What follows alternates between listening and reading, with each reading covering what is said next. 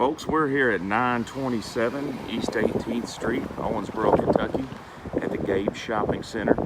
We've been hired by Karsten Management to do an inventory liquidation of some recently acquired inventory that he obtained that he is needing to be sold off. The auction is Tuesday, August 21st at 10 a.m.